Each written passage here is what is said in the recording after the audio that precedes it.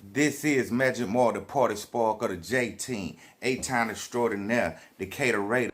This is your boy Chuck C from them Throwback Boys. Stacks on deck.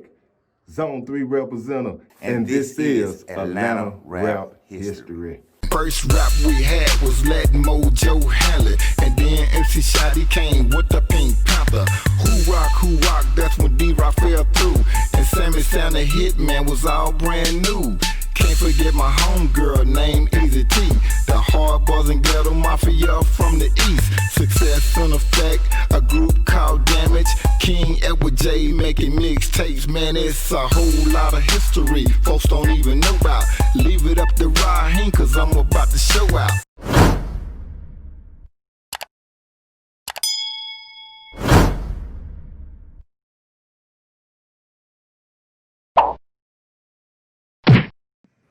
We back with another episode. Back. Atlanta Rap History. We back again, man. It's your boy Chuck C. That's right, and it's your boy Magik Mark, the party sport, J-Team representative. Hey, man, and we back to bring the history back, to set the record straight, to let them know from the beginning where this thing come from. And we got a real special guest in the house tonight, man. We got a real special guest in the house tonight, man. Somebody that just happened to produce all my favorite albums. Just so happened that he produced all my favorite cuts. Somebody that another person that we interviewed. This is the second person we done interviewed that came from Thera High School. Okay. It's the second one we done interviewed came from that Thera High School.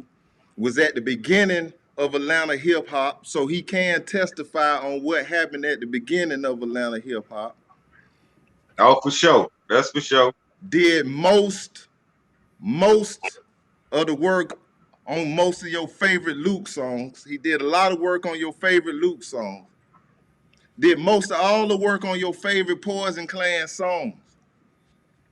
Did a few things on your favorite Trick Daddy songs. Okay.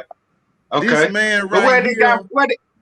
Where he from? Where this guy from though, man? Where this he from? Guy is from Atlanta, Georgia. Now, I always tell you, Chuck C is big enough to admit when he was wrong. Chuck C is big enough to admit when he was wrong. I thought he was from Miami, Florida. I thought he was from Miami, but he's from Atlanta, Georgia. Been here, been real. Thera High School zone.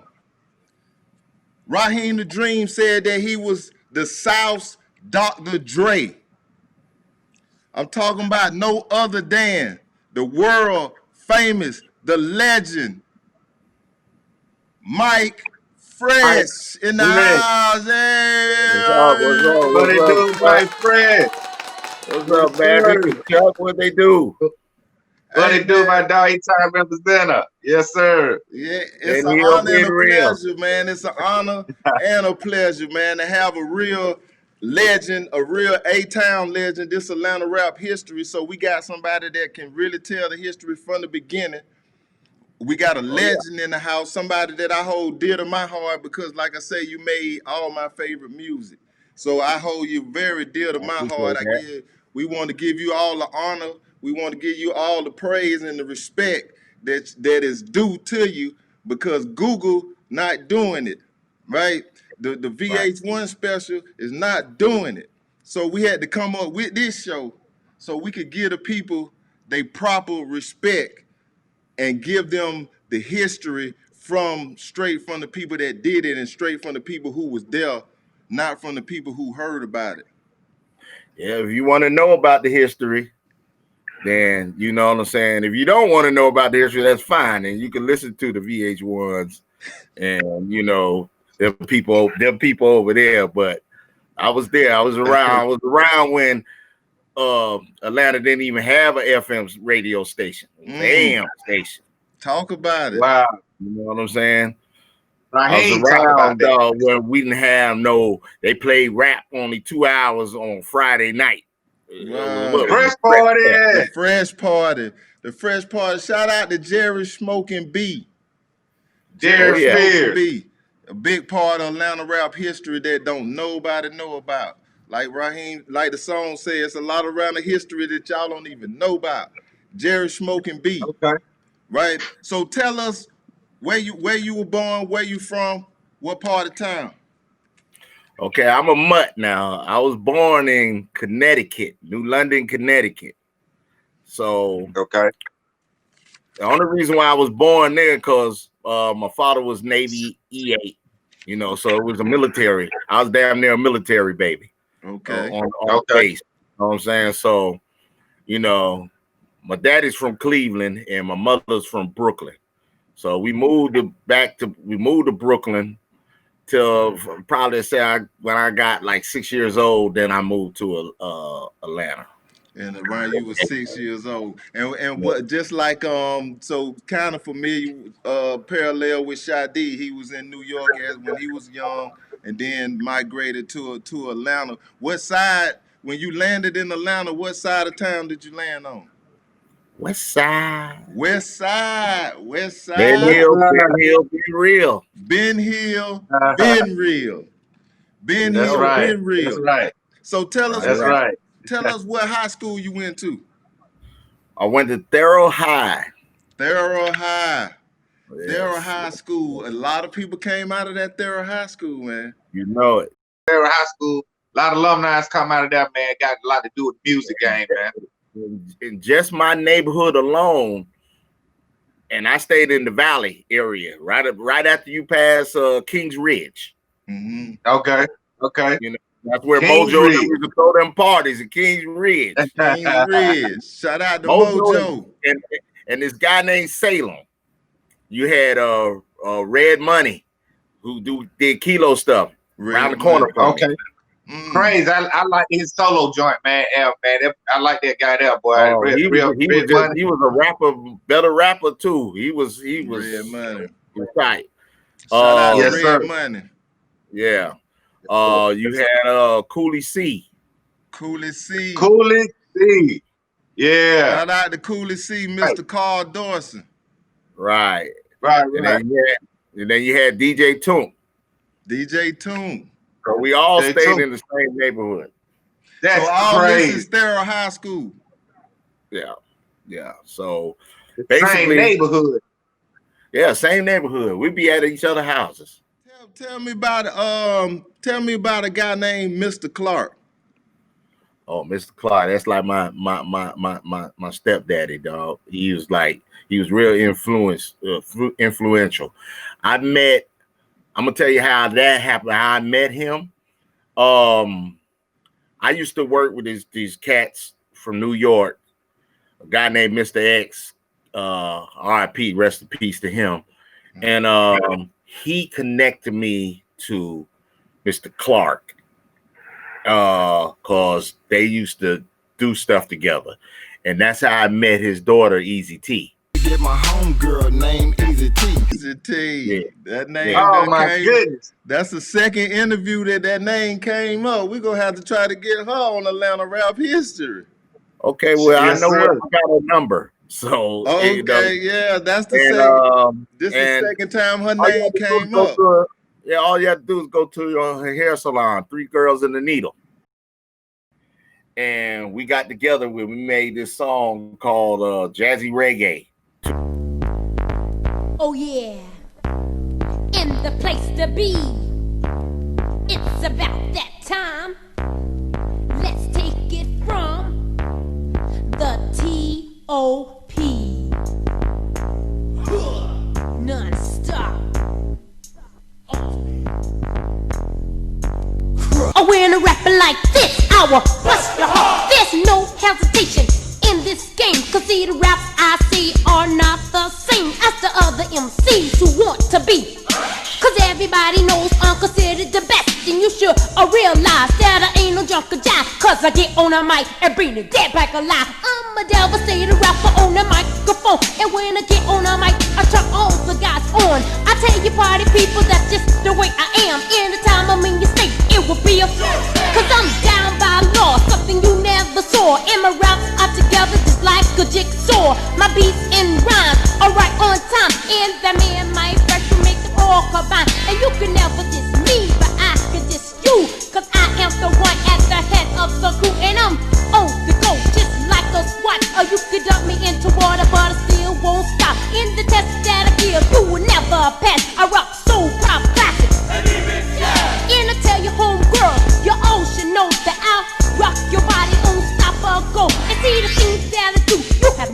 dumb because they did by the best. Yes, me number one. So when I get on the mic, you better stand back because there's nothing going to stop me but a heart attack.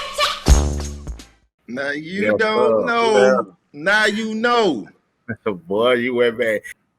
We started working on Tammy's next record, which was Kicking butt. Kicking butts. Kicking butts. Kicking butts.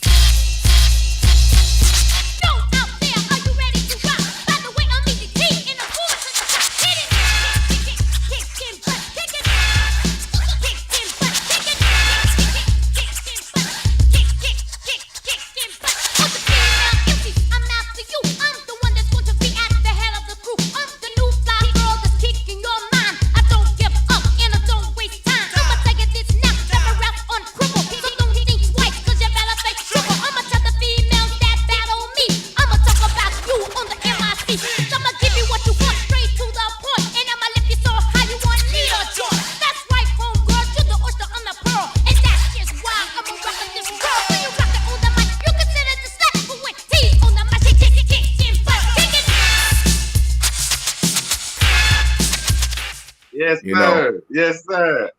So I wanted Tammy to get a nice DJ. I didn't really want to do her DJing. So at the time there was this DJ that went to Doug named DJ Daz. DJ Daz out of Doug. Yeah. Okay. Another Yeah, one we- over there on the west side. Yeah, he had won like two DJ battles over there. It was like, and him, Toomp, and this dude named Mr. C actually formed this DJ crew called the ATL crew. ATL crew. Now that's some Yeah. Atlanta rap history right there for you, right there. Yeah. That's some Atlanta rap history. So and at this time, that's when me and Cooley C started connecting a lot, and I started showing Cooley C how to work the drum machines. You know what I'm saying? Oh, So that's okay. that's another Atlanta rap history right here. You saying you the one showed Cooley C, the producer of the Hard Boys. I was the first one to have a drum machine. Everybody was straight DJing. Everybody was straight. Right. We'd be at the game room. Like I say, Edwin J thing was the thing on the east side, but on the west side, right. we go to the game room. That's We'll right. have four. Okay. We'll have six tables set up out in the front while people playing video games. 6 tables making tapes and doing live shows. You know what I'm saying? Some Atlanta rap history. And that was And what was that was and at all that was Rainbow. Rainbow game room right across the street from Greenbrier. It was owned by this guy that used to DJ at the Phoenix named DJ Smash. He also DJ'd on the radio too for a little bit. I think it was 104 or something like that. I'm not mistaken. Okay. And he went to watch it. Let me just say this, my fresh man, on that Shadi album cover, man, coming out in '88. I tell you, the look, your expression on your face on that record said that this finna be serious joint right here. This finna be a really great record, man. You know, and how y'all kneeling with the colors, man. That album cover was so vibrant, man, for that time, man. You know, Yeah. It's almost like the pen and capsule with Master P and them were doing how they had it. It was so vibrant, man, and what y'all with the Georgia stuff on, man. And the crazy thing that look on your face, man, was just serious, man. Yeah, the crazy thing about it, we had the Georgia Tech outfits and the Georgia Bulldogs outfit. So which one we go rock? Who was that energetic person, man, who you really like being in the studio with out of people that you work with, man? Ooh, that's a good one. I work with a lot of people, man. I know. That's why I asked. I want to say this is a group in Miami, Florida called Trader Hardaway. There was a dude named Black Casino. He was very energetic. Very energetic. You know, and then there was a guy named good to work with. Yeah, there's a guy named Box was in the group. Raised in the hood, born in the ghetto. Raised in the hood, born in the ghetto. Raised in the hood.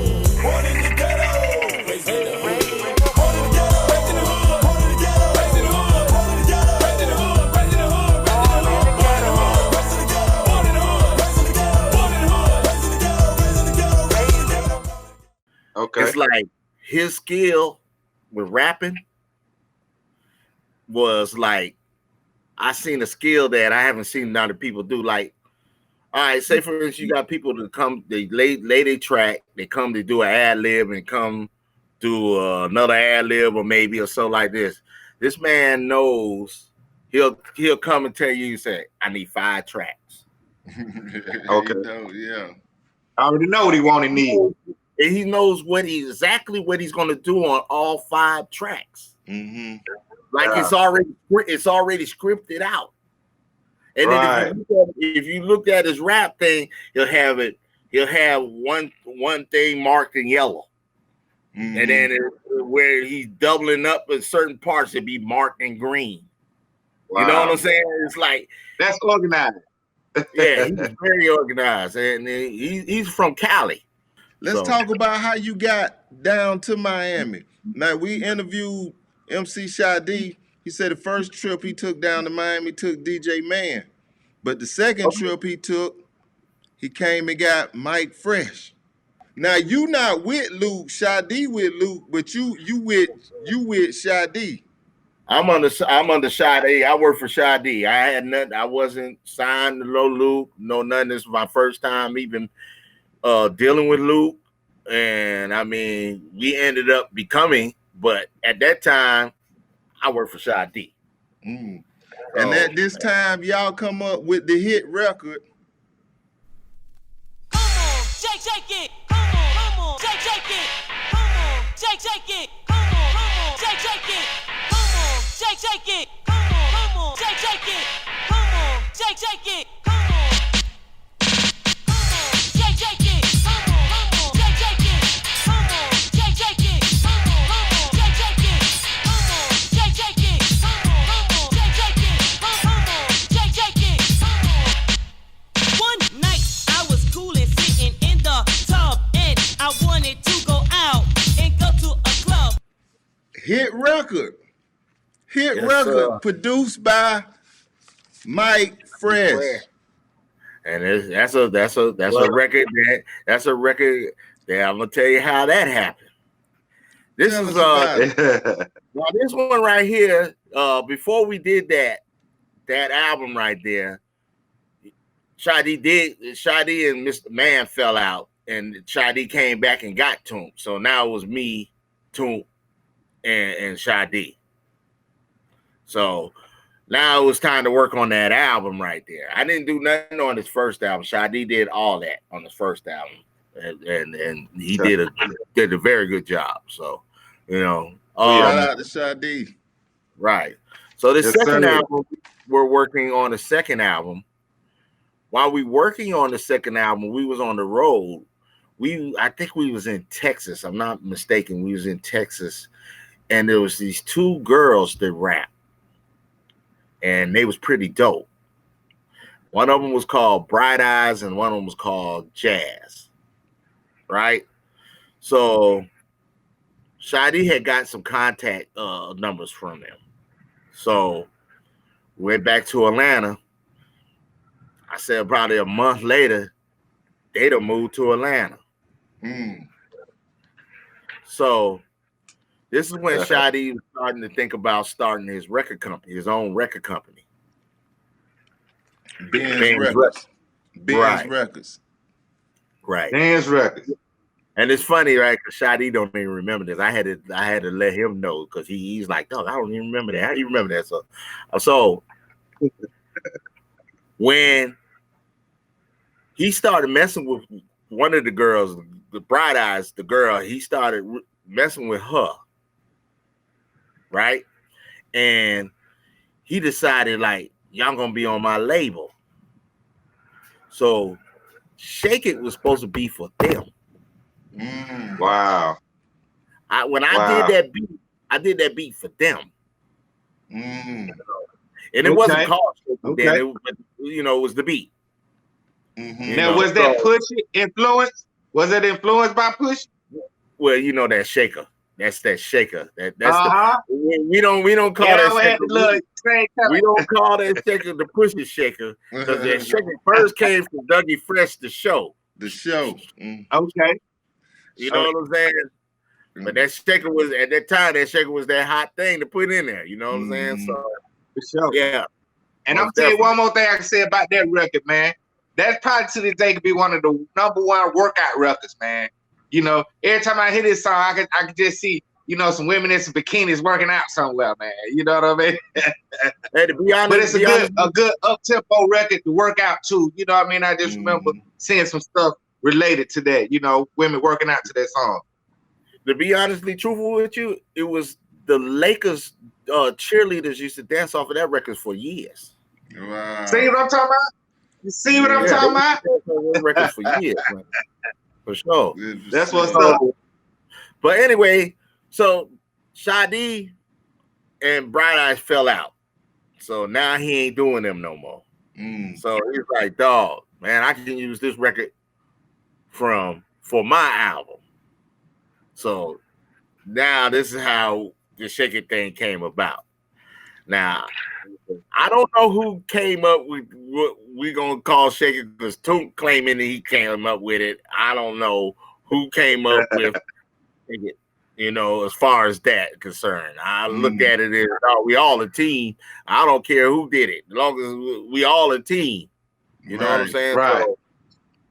So it is what it is. Yeah, and that record, like I say, produced by Mike Fresh, and like you said, his earlier stuff, it was produced by MC Shadi. If you looked on the record, it was produced by Shadi, but this song right here is produced by MC Shadi. And so MC Shadi, he told us himself in his interview about his situation for Luke and how he left Luke, but before he left Luke, he introduced Luke to a neighborhood friend by the name of Tony. I spun him around. I said, you the guy? You the guy that raped my wife? Burnt down my house, kidnapped my kid, shot my dog, and stole my car? Yeah! Now that's what I'm saying. Controversy. Hey! Controversy. Hey! Controversy. Hey! Controversy. Hey! You're the type of guy that fuck with other guys' girls. There's a lot of punk ass niggas like you in this world. But I'm the type of nigga that'll shoot a fuck ass nigga like you when I catch you fucking around in my motherfucking bedroom. You're the type of guy who gets the 7 digits, thinking you're going to call my girl and come by for a visit. I'm the type of nigga that waits for you to arrive. So when you fall up in the crib, I got an Uzi by my side. When you're standing there surprised, trying hard to figure how I found your dumb ass out, I cold squeeze the trigger. Cause I'm that type of nigga. And I'ma fuck you up. I'm that type of nigga. And I'ma fuck you up. I'm that type of nigga. Yeah, was that type of guy, but Tony Rock was that type of nigga. Yeah, Tell Tony us Rock. a little bit about this veteran, and if I remember correctly, he's a veteran, right? Tony Rock had rap skills. Just basically, he was a rapologist. All right, like Shadi is a stage performer. He knows how to get everything. He knows how to make a record and everything. Was Shadi the top lyricist? No, but he knew how to make a record. Where Tony Rock was one of them. He can go against some of them New York guys. He'll give you what you want. You know what I'm saying? So it was like, let's do a record with him. So we brought him down there, and we did a song. We did a single. One thing was good about Luke was you can call Luke and say, hey, dog, I got this act. They're pretty hot. Luke ain't going to critique him or nothing. He's going to be like, bring him down here, put him in the studio. When you get through, let me see what it got. If I like it, we'll do it. If not, it wasn't no question. So it was like you're already there. You're already halfway there. You just got to put the material together and make it happen. Yeah. And that was one good thing about Luke at the time. You know what I'm saying? He ain't questioning it. Just like, yeah, go ahead, put him in the studio. So that's what we did. So we came up with the single. Shadi did the bass track. She put me in a trance. And then I did the B-side song, Still Doing It. So no matter what you do, boy, you can't ruin it. So keep talking, we still doing it. You've been talking this style for years, boy. We still doing it. So that's another Atlanta rapper down down in Miami on Luke Records. Right. Luke Skywalker Records at that time. Luke Skywalker Records. Another one. Yeah. At that time it was Luke. He lost the case, then he had to change the name. He had to change the name. I remember he was in the Jet magazine. That was back when they had the little Jet, and they had him in the Jet magazine sitting on all those cases of records that he couldn't sell because it had the logo that said Luke Skywalker, and he was just all those records was just sitting there. He couldn't sell them or nothing. Yeah. Wow. Yeah. So so you working with Shadi? Was that before Raheem or after Raheem? No, this was DJ after Raheem. Then. Yeah, this is after That was Raheem. after I didn't know Shadi till he came to the studio. I didn't. Right. I didn't know. Okay. Yeah. To get a timeline together, for as Atlanta rap, because we have a lot of debates about who started this first and who was over where. But just coming, you coming from Raheem to Shadi. I ain't trying to boast nothing. All right. I ain't started. I DJ'd when in my high school years, but I don't claim that I showed people how to DJ or nothing like that. I don't claim that. But what I will claim is I'll tell you I was the first person to touch a drum machine. All right. Okay. That's big. That's big. Yes. If anybody could tell me differently, be fine. Let me know, because I'm telling Come on the show and we can talk about it.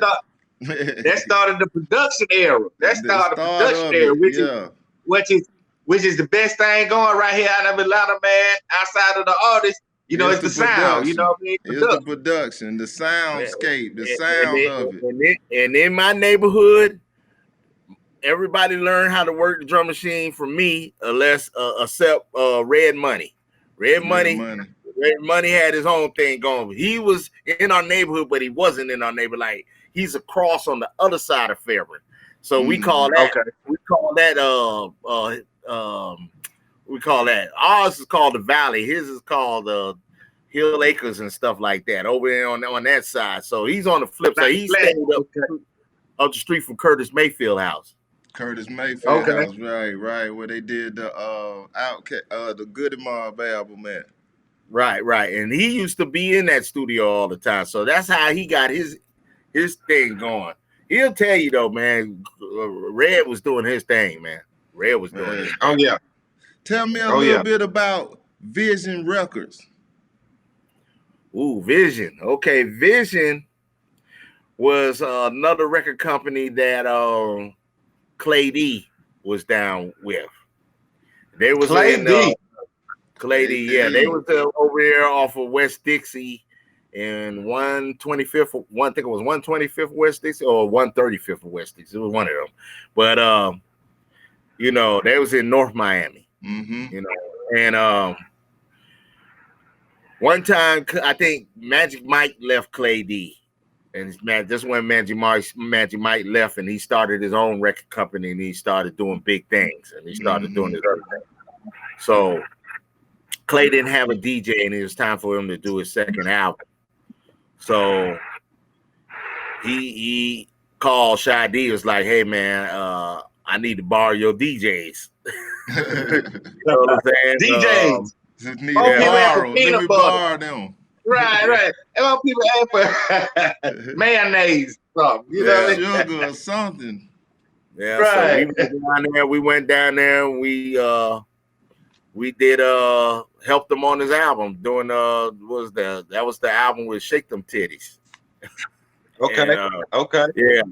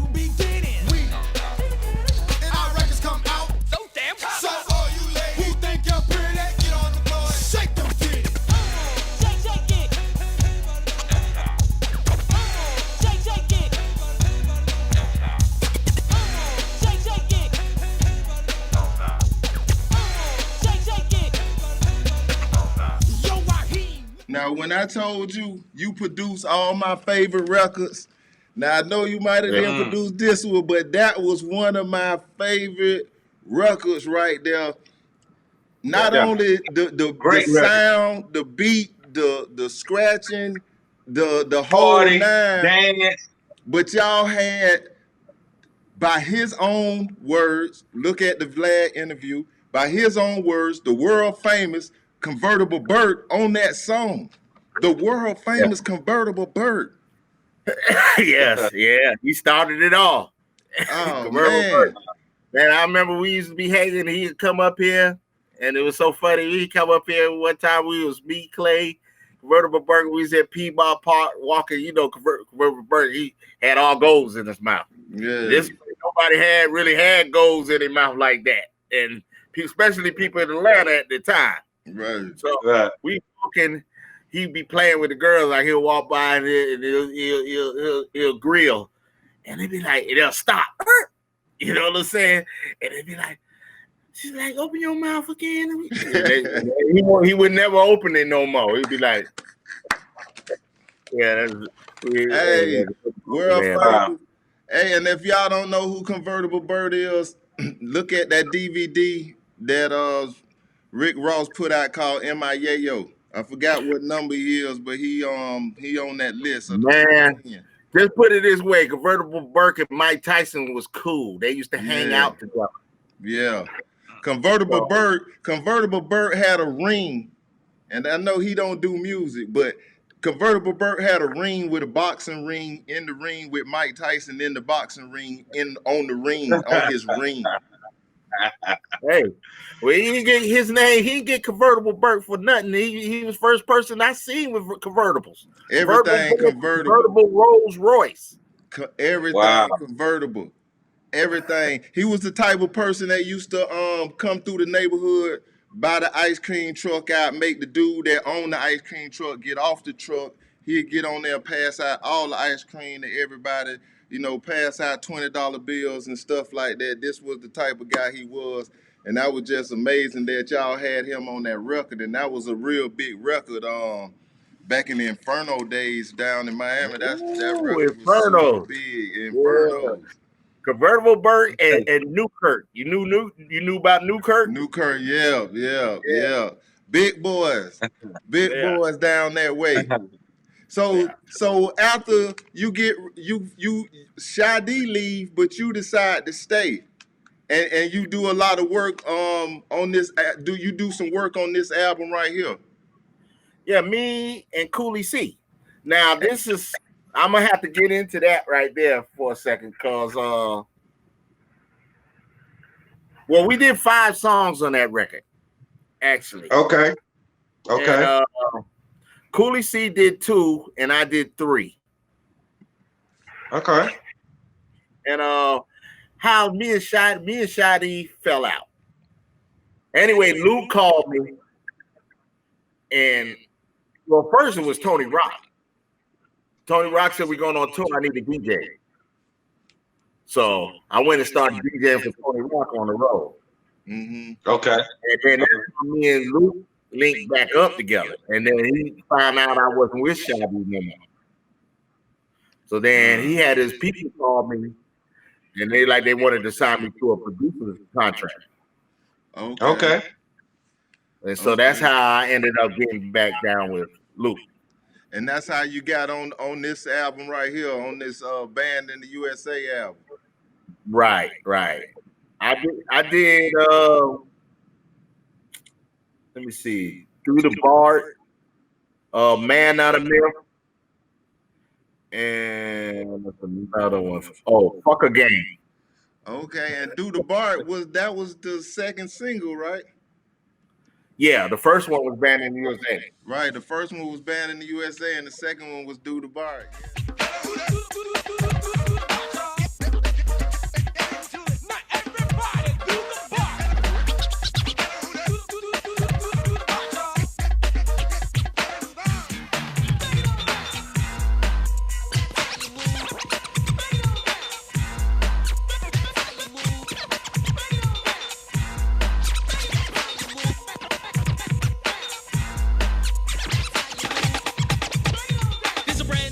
You produced that second single off that album. Yeah. And then after that, y'all move on to this album right here. Yeah, that was the one album right there. I actually recorded that at Pretty Tony Studio. Down in Miami. Yeah, I went to Pretty Tony Studio. He was off 163rd.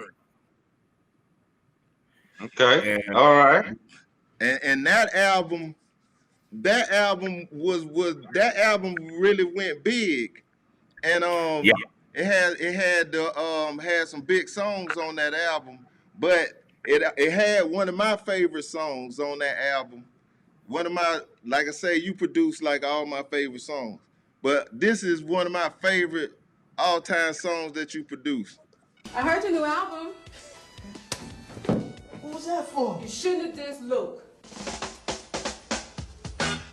Yeah, suckers, y'all just don't know. Payback is most definitely in effect. Right here, right now. Yeah, Trey, you and your stupid dog girlfriend. Let me tell y'all something. I got my boy JT Money on one side. I got my boy Clay Fossier on the next side. Yo, we just finna rip. We finna rip. Yo, JT King. I know suckers ain't trying to diss coming with that whack shit. Keep trying to fuck, mess around and get blasted. And your back split, cause this drastic. Run up on my homie and you leave in a casket. True players don't talk that way, shit.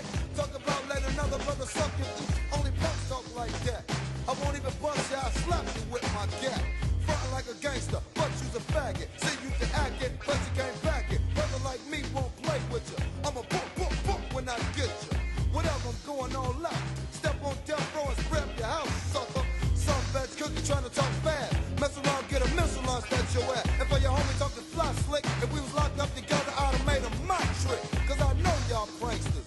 Y'all suckers still faking like gangsters. Run time. Deaf girl. Deaf girl.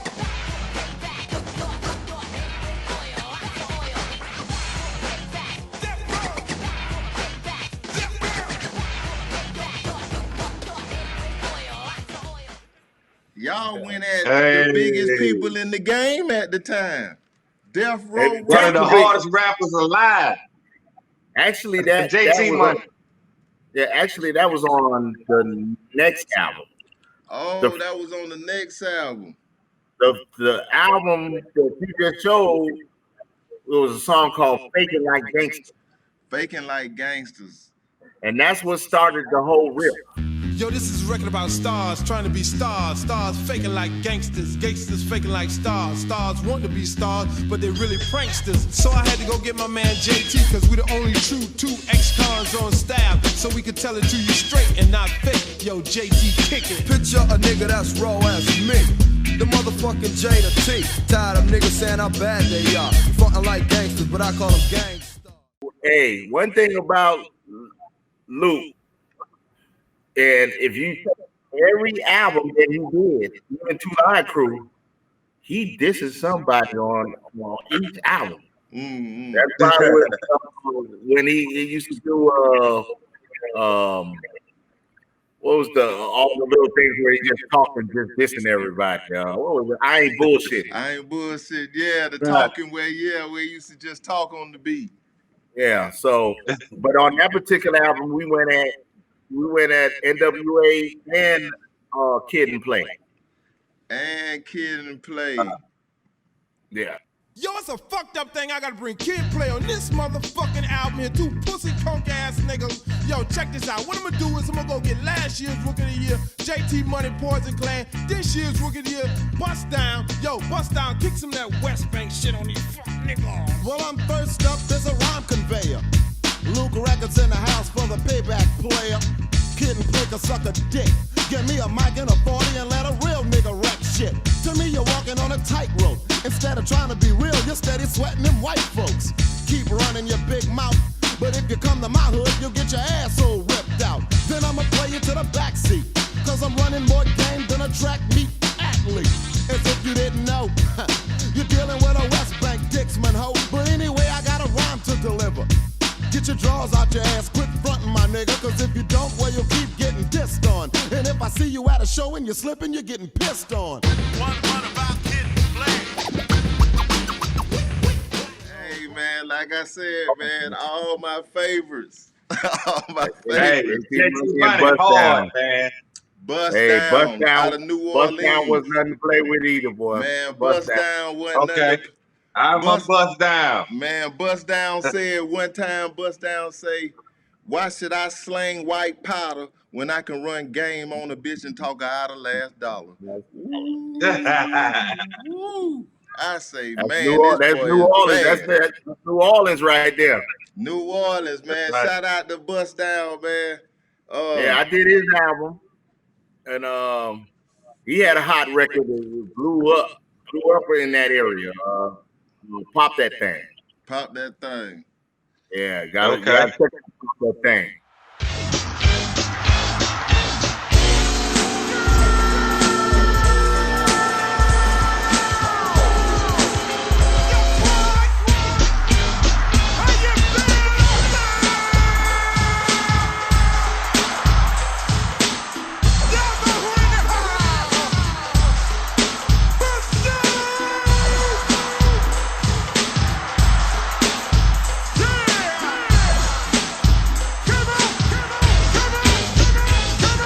Once upon a time in a dark nightclub, there was an MC rocking a mic, bass hitting like a Mack truck, shaking the place. Yeah, that he Well, was. man, you more definitely Atlanta history, man. I tell you, man, this stuff you put your hands on, man, you got the Midas, man. You know the you know. Yeah, I appreciate exactly. it. Now, you after that, around this time is when Mr. Mix leave. Mr. Mix, yeah, the Two-Line Crew left. The Period. whole 2 Live Crew. Right. You know, it was a contract situation. And a lot of people didn't know this. But Def Jam was getting ready to sign Two-Line Crew. Mm. And what happened was that when everybody left, Mr. Mix went back to California. Marquise came up to Atlanta, and they left Fresh Life down there. And at the time, Fresh Kid Ice was getting ready to get back. So he had a big wedding. Rest in peace, Fresh Kid Ice. Rest in peace, Fresh Kid Ice. Yeah, he had a big wedding. And hit his pockets pretty hard. So Luke kind of came at him, and he refined him and messed up the whole deal. Yeah. But a lot of people didn't know Def Jam was looking at Two Live Crew. Wow. Never knew that. Def Jam. Yeah, the same label that was dissing, now they coming up trying to be kissing. Right. Who would ever thought that, you know? Those two labels joining forces. Joining forces. And Collie had a lot to do with that because I told you he was promotional man for Def Jam. Mm. Yeah. So I remember seeing somebody saying about Mr. Mix was saying about how, you know, Poison Clan, that was his baby when they first came together. They was the baby 2 Live Crew. That was his little thing. But then he left, but they still there. And they coming out with their second album, this album right here. Right. Poison's Mentality. Produced by Mike Fresh. Yeah. I did all the work on that except probably like 3 or 4 songs. Now this was a big album. A lot of people was first turned on to Miami because of that album. That was the one that gave the people, let people outside of Miami know how we talk, what we do. He gave up the whole game about the Y tags. He just gave up the whole game. He talked about the Y tags, the map on the dashboard. Map on the dashboard. He gave up the whole game of what we was doing down there in Miami at the time. But that album was our everything right there. That album was super That was most big. definitely a clever album, man. Hey, it kind of brought you to put you in that face in Miami. So I like it. It's one of my favorite records. Guess what? I'm gonna tell you something though. When that album was done, you know, it was with JT and Dem. Mm-hmm. Right at the beginning. Okay. When they left Luke and they took the master and they destroyed it. Then JT came back. So we redid the album. Well, we did some of the songs, and then the rest of them was new. Now So that Okay. Wow. there was another producer that came from Atlanta, but had a big part of the Miami-based sound. He produced this record right here. Shit, what your mama gave you?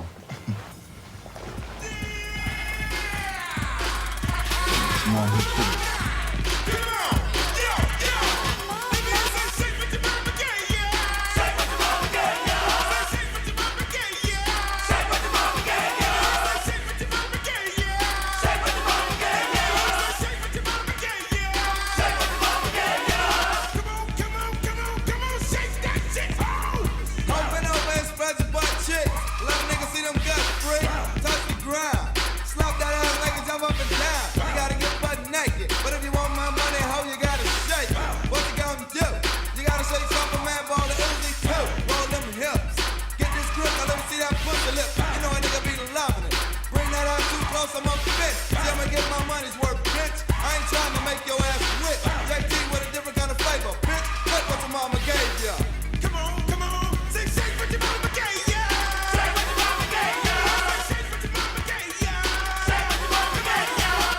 Talk to me about the person that made that beat and the person that's doing the hook on that song.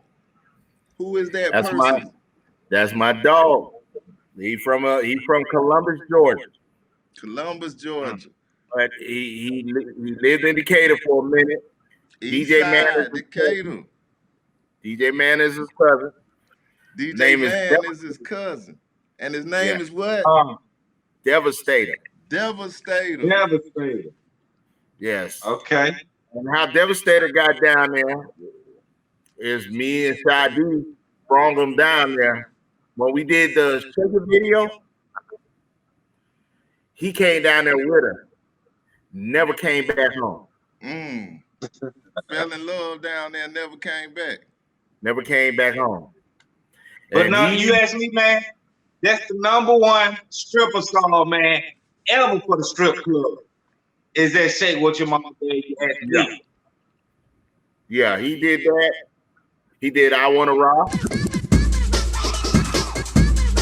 Leg Up by Half Pint.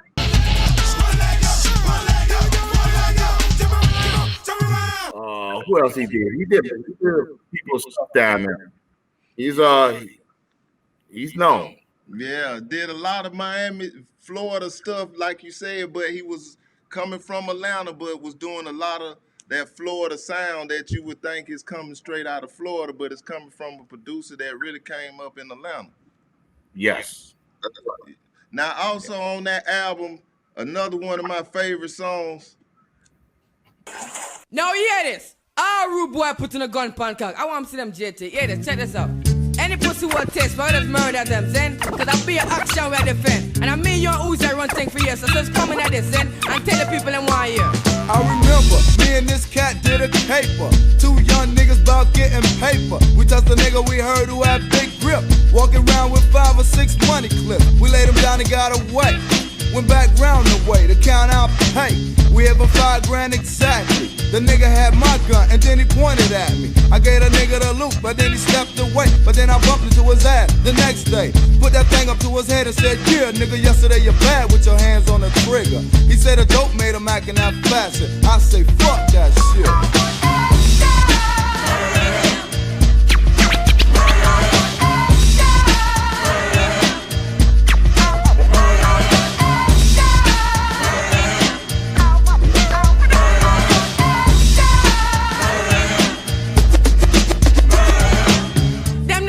$8 run this thing, JT. I want them to them. Hey, from a shot the boy and them blood clot. What the boy I deal with? Hey, just come in there, tell the people them. Hey, man. JT, One of my favorite records, man. he is the man when it comes to telling them stories, them hood stories, man. Yeah. He is the Let man me when ask it you- comes to them stories. Let me ask you a question. So, first album was JT and Dale, Yeah. and then JT, I think to me, he found his style. First album, Yeah. he was saying stuff on the first album, but his voice, the way he didn't master his voice yet, the way His delivery. Yeah. But when he came on that second, it was like a whole new JT. Yeah. And That was even most Deb, definitely one of my favorite Poison Clan records right there. For sure. because even Deb, he came up with Home Team, and they had a whole new other style. Home Team. Yeah. They had a whole But you know what? That different record right there kind of sound Ghetto Boys, fine playing tricks on me with the storytelling and the break beat that's kind of that sitting there, kind of give you a feel of that record. Yeah, Too. that was William Bell record. That I was blues artist. And I liked it. Oh, okay. And then I put it with the Bob James. You know what I'm saying? And, You did that, man. Yeah. that was bad. And that was when who was that Madball just early trying to start getting on the mic? Yeah, that was Madball doing the talking in the beginning, and then I think he did it at the end. He did a rap part at the end. Yeah. Okay. Hey, we was waiting on them to really come out. We was waiting. He gave us a little taste, and we was waiting on it. He got locked up. Yeah. We was waiting on him to come next because he was, and then he was part of the skits, and he had a voice that was unique. Well, he's part of Jamaica. He's Jamaican. Yeah, and they was telling a lot of real hood stories in that song. That's what made it so relatable. But this another song you did that was going on. It was a while ago, but if you listen to the song, you'll think it came out today. Cause in the city, you live and let die.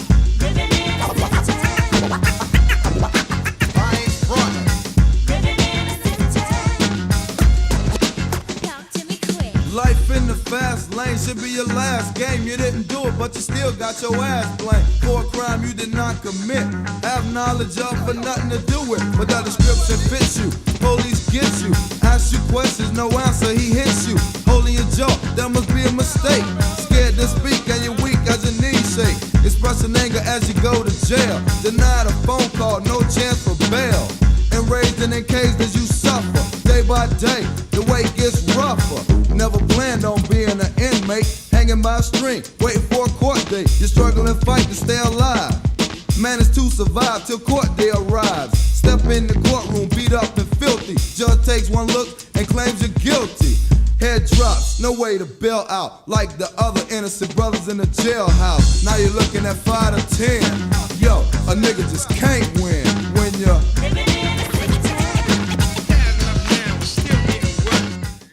living in the city. Those same things going on right now today. You better stop. Yeah, that was the person talking on that as Malik Kalam. He actually stayed here. Back then they used to call him Milky Mill. Okay. Hey, Well, if you watch the Who that video, you would see the one with the dreads, the people boy with the dreads. So yeah. Okay. Hey, funny you played the record. That record right there. Actually, that's not the original. The original was hard, but the people, it was a Patti LaBelle record, and she wouldn't clear the sample, so we had to go back and do a whole nother version of it. If you would have heard appreciate that one, it was way harder. Okay, but I like that one too, though. It almost sounds like Reformer having two records, man. You know, man, DJing almost like mixing them. Cause you got that like the break beat, and then you got that loop, that sample loop is that funky guitar, that sample, man, and you got them just running together like that, man. Then with the breakdowns that you got in there, man, it's like phenomenal, man. Great record, man. Yeah, with that LaBelle though, with that Patti LaBelle, it was a piano. It was like doo-ga-doom, doom, doo-ga-doom, doom, doo-doo, doo-ga-doom, doom, doo-ga-doo, doo-ga-doom, doo-ga-doom, doom. It was hard, man. I was mad they didn't play that sample, man. I swear to God, I was mad on that one. Yeah. You might have to still have that. You might have to get your hands on that record. You know, I love to hear it. Yeah. The second album that came out, Rough Town Behavior. Yeah. This was still with Luke, or was this with another label? No, this was still with Luke. This was still with Luke. Yeah. And off that album, y'all had the hit song. Yeah, what's up? It's that nigga. 9-3. Catch a wreck once again on them hoes. Send us and all the Negroes. Niggas with whole problems. Niggas is down over hoes. Shit is real. Oh, it ain't worth it, money grip. Don't push shit past them hoes. Them hoes is slimy. But I ain't got no problem with those this shit. My problem is with niggas. You niggas make hoes like this. That's why they be, yo, fuck that. Yo, check it out. Check it. I make the hoes get butt ass naked every time I wreck shit on a fucking record. But listen as I drop it, about today's topic. Soft flow, pussy creep niggas need to stop it. Wanna shoot another nigga by the hoe. Just cause he fuck nigga, let that bitch go. No telling how many niggas fuck before him. Guess you wanna grab the gat and go and try to flow them. I ain't think so, not by the stank hoe. Who like to fuck around and try to gang flow? It's the 90s, you niggas better wake up. A lot of hoes out there's out to take stuff. Now this not a record about dissing women, but all women got a little Robert Givers in them. See all them hoes wanna do is spin flow. With their friends that go dipping in the benzo. Through the hood, but you just couldn't figure. Your best hoe fucking around with some other nigga. Now you wanna clean your gun in them, don't you? But that bitch gon' fuck who she want to. So to keep that shit on the down low, my nigga put shit past no hoe. Yeah, don't put shit past none of them slimy ass bitches.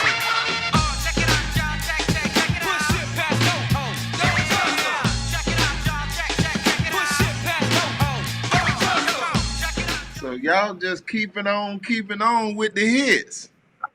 Yeah, that one right there. That's a classic one right there. That's what's up. That video. We actually shot that video in California where Eazy-E and them did the diss record on Luke. Oh wow.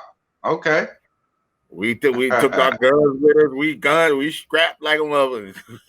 We out there. Now speaking of that, there was a Jack the Rapper that happened. And there's a legend, it's alleged, I wasn't there, but I heard that you might have been there, so if you was there, then you could testify to it. If I wasn't there, I can't testify to it, but there's a rumor that Death Row was there, and as JT Money put it, they got touched up. Okay. Is the rapper. that true? First, was you there? And if Yeah, I you was there, I was is there. that true? Did the mighty Death Row, Suge Knight, they got the whole world scared, get touched up at the Jack the Rapper? I can't tell you it was Death Row because we was headed to Death Row's party and we never made it. Okay. Meaning somebody says come to Fluke before we got there. And next thing you know, people start getting poked. And that's where I'm gonna leave it at. Wow. But I'm gonna tell you what happened. We was on tour. And H-Town had got there a day earlier. They was on their own tour. I think they was on the Budweiser Festival or something like that. And they got there a day earlier before we got there. Them and another singing group we had called You Mine out of Chicago. But You Mine hold their own. They gang affiliated. So one of the Death Row people said something to H-Town. That's Luke Babies at the time. knocking the boots. That's his baby. Right. So it got back to Luke. We wasn't staying at the Marriott at the time. We were staying at the Nico right there over there by Lenox Mall. And then we was gonna come to stay at the Marriott the day of Luke's party. Now Friday was Death Row's party. So we was there at the Marriott, but we was staying at the Nico. And I was me, JT, and Tupac. We sitting at the bar. We getting drunk at the bar. And so, like, we watching our back because this is during the Death Row Luke feud. So, anyway, then everybody said we had got a call and said everybody need to come to the Nico. Luke got a meeting. So we left. We went back to the Nico. We get to the Nico. I'm seeing people from Miami. Gangster killer niggas from Miami. I don't know where they came from. I don't know how they got there so fast. I don't know, but they was there. And Luke was like, look here, they done tried my group. We getting ready to go there. We wearing all Luke gear. We going there. We going straight to Death Row party. And the first one to say something, spark his ass. So we all hop in, we all riding in there to Marriott. I'm in the limo. One of the people from Miami, he wrapping up a shank. I'm like, oh Lord, this shit get ready to go down for real, right? So we get to the Marriott. We walking in the doors. The doors opening. We walking in the doors. So you know the Miami call. So everybody like, eee! So you know how the Marriott is. It's like everything's this whole space and everything, all the rooms and stuff is going around. So if you on the 50th floor, you can look down and you can see everything because everything is in the middle. You know what I'm saying? And the hotel rooms are going around. So it was like everybody looking from all the floors. Who the fuck is that? You know what I'm saying? So we're getting ready to go down the escalator. Tupac happened to be just finished performing on the Death Row stage, but he wasn't with Death Row yet. He just performed on their stage. So we telling him about the scenario earlier that day. He see us going down there like we getting ready to go. Tupac say, man, y'all go and handle your business. Right? He said, y'all go ahead and handle your business. So we get down there, we walking towards there, and somebody said something. I don't know what he said. All I know is I seen them falling on the floor. And then next thing you know, it was a fights all over the place. And that's what it was. But can I say that was honestly the Death Row people? We never made it to their venue. Wow. Well, we down was on the spot. We was going. It might have been a good thing he said something. There ain't no telling what would have happened when we would have made it to this venue. So they good. Wow. We seen Snoop the next day. He got like 20 big ass bodyguards with him. Me and JT Money and Uzi, we at the front desk, and they could have messed us up, but they wasn't studying us. Then we was like, okay, we good. Listen, you had another song on this. I want to talk real quick before we get up out of here. This song right here.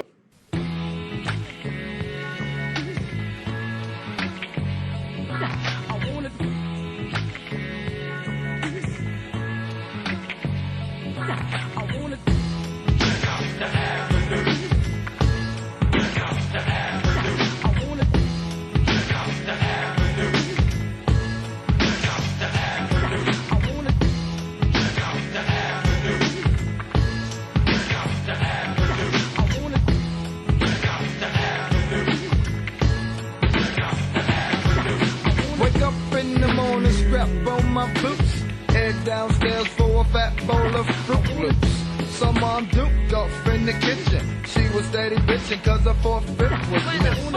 She asked me have I seen it. I played like a dummy. Knowing all the while that the cops took it from me. My little sisters on their way to school. Both draped in jewels and both packing tools.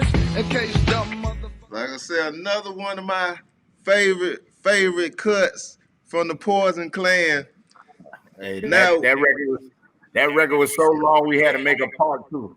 Yeah, it was part 1 and a part 2. And that was so was that a sample? Was that a sample you was able to get cleared? Yeah. That was a sample. Okay. And got that staple singers. now y'all dropped that earlier that year. What was that, 93? What that one? Yeah. Yeah, that was 93. That was 93. Now later that year, another well-known producer from Atlanta, he came out with this.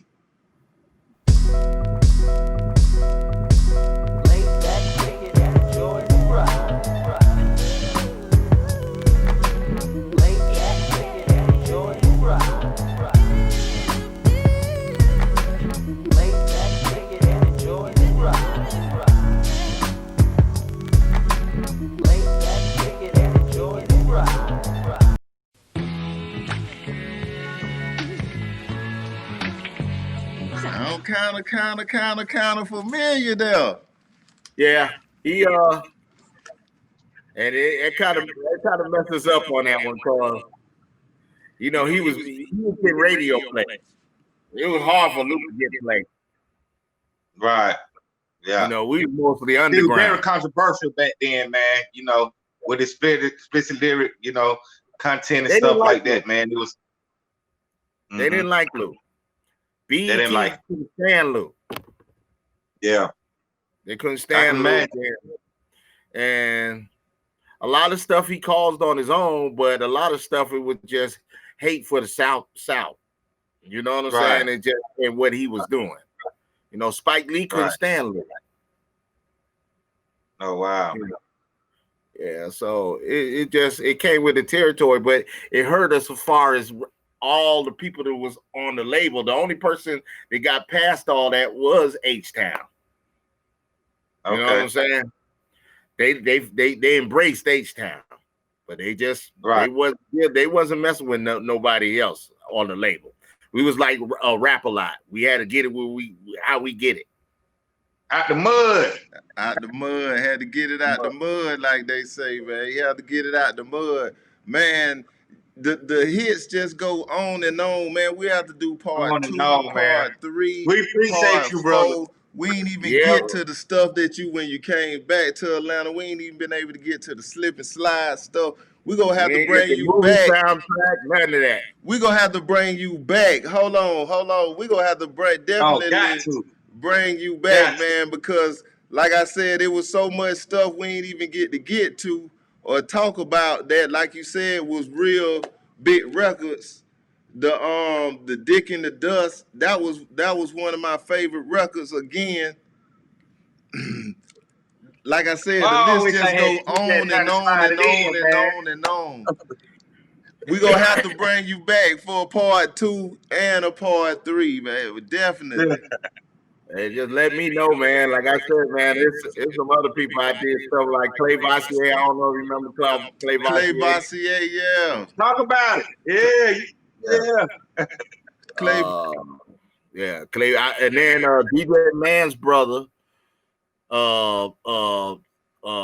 him and the dude named Toot, I had got them a deal with Luke. We did a whole album on them. They did they put out a compilation. They didn't put out the album. They never put out the album, but we had a whole album deal with them. I did a whole album with Love that never came out. Wow. Yeah. Yeah, it was a lot that his just kept on coming and kept on coming. Yeah. The infamous Mike Fresh, man. I'm telling you. Man, it's been an honor and a pleasure, man. It's been an honor and a pleasure to learn this history. We always ask everybody that come on this show, we always ask them before we go the order of Atlanta rap history. All right. My list is Mojo, MC Shadi, Raheem, Sammy Sam, and Kilo. Sounds about right.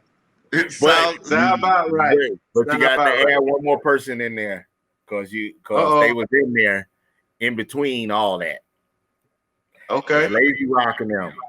Roll it up, my nigga. Roll it up. The boys from Alcatraz. Yeah, that was right around that same time, if not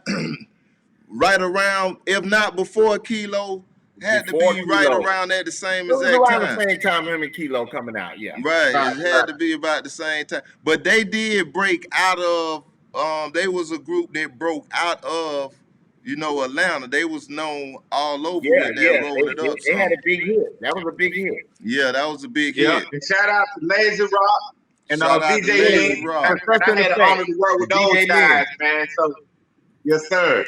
Yeah, tell them about it, Magik Mark. Yeah, just DJ Link do some my group first album, and most definitely did some stuff with Lazy with me, him, and Kizzy Rock did back in the day. So yeah, I just had the honor to work with those guys right there, man. Yeah, I haven't seen Lynn since I've been back, man. I see is he a pastor or something now? Nah, that's L with J, that's the pastor. That's King Gat with J. Okay. Right. Yeah. But yeah. I seen Lazy Rock. Lazy Rock been to the house before. I seen Lazy Rock, but I haven't seen Lynn. Yeah. Well, shout out to Lynn and Lazy Rock. I'll link you up with him and everything too and stuff. So we most definitely got to catch up, my fresh man.